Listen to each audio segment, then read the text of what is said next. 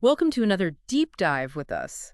This time, we're looking at some firsthand accounts of someone's early days working at IBM in India.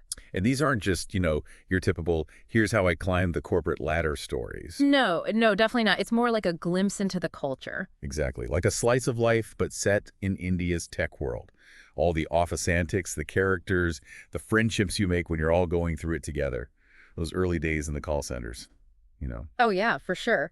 And speaking of going through it together, right from the start, the narrator and their friend Duleep, they go to a temple together to get blessings for their job hunt. Oh, that's right. Not just any temple either. Yeah, so they go to this Vishnu temple, and what I found really interesting was that there were also these shrines to Matsya and Kurma. Vishnu's fish and turtle avatars. Right, exactly. That detail really jumped out at me. It just gives you that sense of the cultural context, the importance of faith. It definitely makes you think about the role of superstition, too. Right Like it's there. woven into their lives. Oh, for sure. And you see that need for a fresh start, that Mhm. idea of a clean slate carryover into their first days at IBM. Remember how the narrator insists on closing that shared bank account? Oh, yeah, with sleep Oh, because of the bad memories. yeah, Yeah. yeah. Like they're trying to outrun those past failures. It's almost like they're clinging to any sense of control, you know, in this new environment full of uncertainty. That makes sense. And, well, speaking of uncertainty, onboarding day throws them right into the mix. Right in it. Paperwork, meeting new colleagues. We've got Naveen, we've got Sujitha. Don't forget that whiff of a potential office romance, too. Oh, yeah. Definitely adds a bit of spice. And there's that whole thing about the narrator getting a better deal than to sleep. Just because of their hiring date? Eh. So weird. Like something changed in the company policy or something, right? That's the thing. It makes you wonder about that discrepancy between those hired before and after November 1st. Yeah, how much is company policy? How much is individual negotiation? It's a bit of a mystery, honestly. It is. It is. Okay, but then the narrator's first call. Let's just say it doesn't go that smoothly. Trial by fire. Total trial by fire.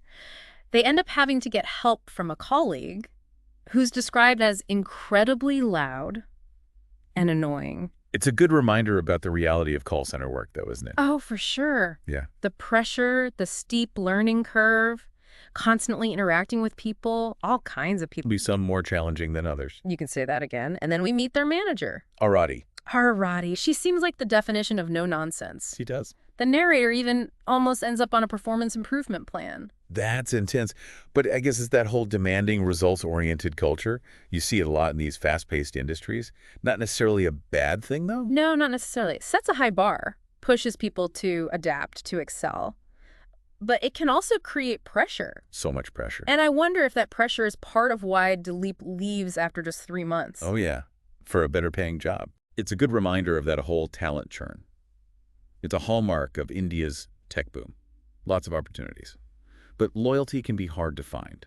Makes you think about the long-term implications for both the individuals and the industry as a whole. Absolutely. Let's not dwell on that just yet. Let's bring in some new characters. We got Samir. We got Nayana, Oh, and how can we forget Tejesh? the infamous Tejesh. So Samir and Nayana, they become close with the narrator pretty quickly. Their friendship, it's all banter, teasing, just that easy camaraderie. That just clicks. It does.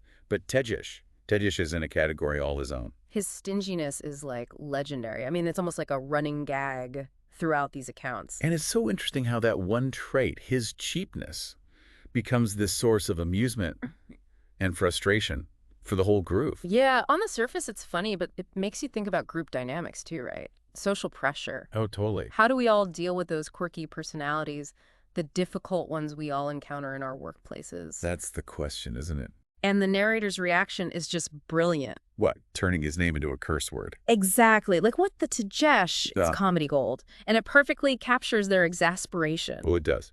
But, it also shows how strong bonds, they create their own language, their own inside jokes that outsiders just wouldn't get. Right. It's like their own little world. But then there's that movie outing scene. Oh, tell me you're talking about when he refuses to buy snacks. And then proceeds to eat everyone else's. Classic Tejesh. But, those little anecdotes, they just reveal so much about office dynamics, how we deal with difficult people, and the humor we find in it all. It's relatable. Everyone's had a Tejesh in their life. Or absolutely.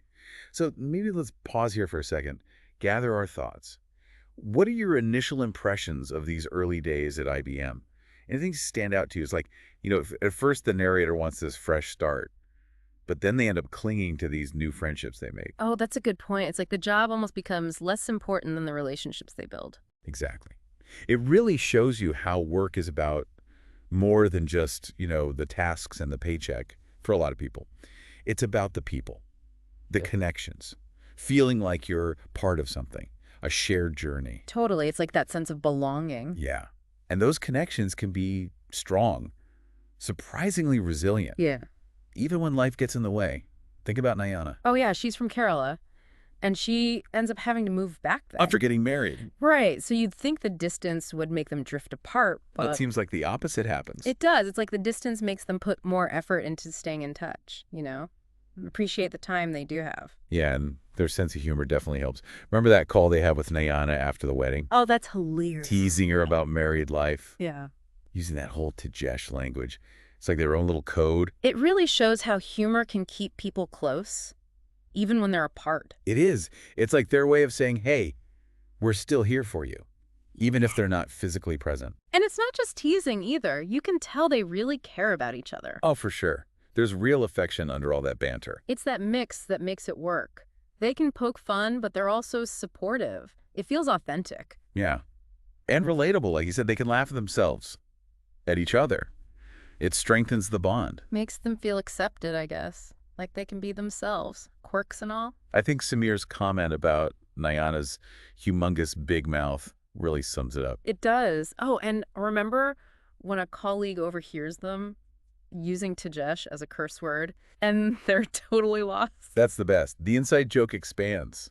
It becomes legendary. It's like their own little world, a mini culture within the workplace. Those shared experiences really bring people together. It makes you think.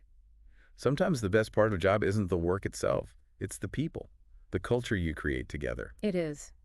But before we move on, I'm curious, where do you think this is all going? I mean, we've seen how these friendships develop, but what about the lasting impact? What do you think? That's a good question. I think this is the start of those really strong friendships, the kind that stick with you, shape who you become.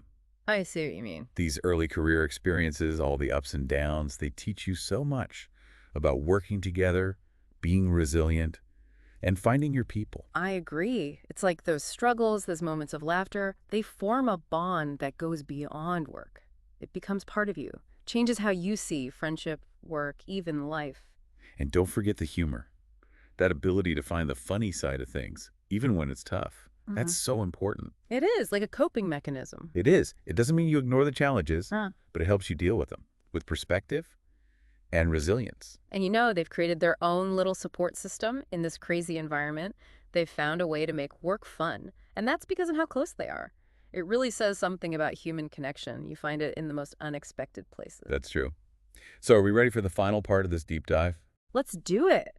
It's amazing how much we've talked about, right?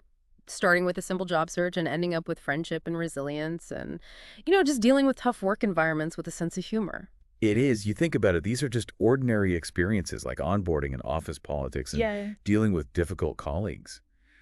But looking back, they become so important. Yeah. For personal growth and these bonds that last. It is. And it really highlights how the most meaningful parts of a job, they're not always about the work itself, right? It's about the people you meet, the experiences you share, the laughs. Those are the things that really stick with you. I agree. And, it's funny how those connections can pop up in the most random places. Like, who would have thought that Tejesh, with all his, with how stingy he was, would become such a central part of their story? I know. It makes you think about friendship. It's not about finding perfect people. It's about finding those people you can be yourself around, even with your flaws. And, sometimes those little quirks, those annoying habits, they're the things that actually bring you closer together. That's true. It's about the whole package. Yeah. And their friendship with Tejesh, it shows how you can become close friends with the most challenging personalities. It's about learning to appreciate their point of view, even when they drive you a little crazy. Yeah, and the way they use humor to deal with it all, turning his stinginess into a running joke, it's just brilliant. It's like a reminder that you can always find a little light in tough situations, It's not about ignoring the problems. It's about finding a way to laugh about them. And I think we could all use a bit of that in our lives, don't you think? Oh, absolutely. Their story's a good reminder that laughter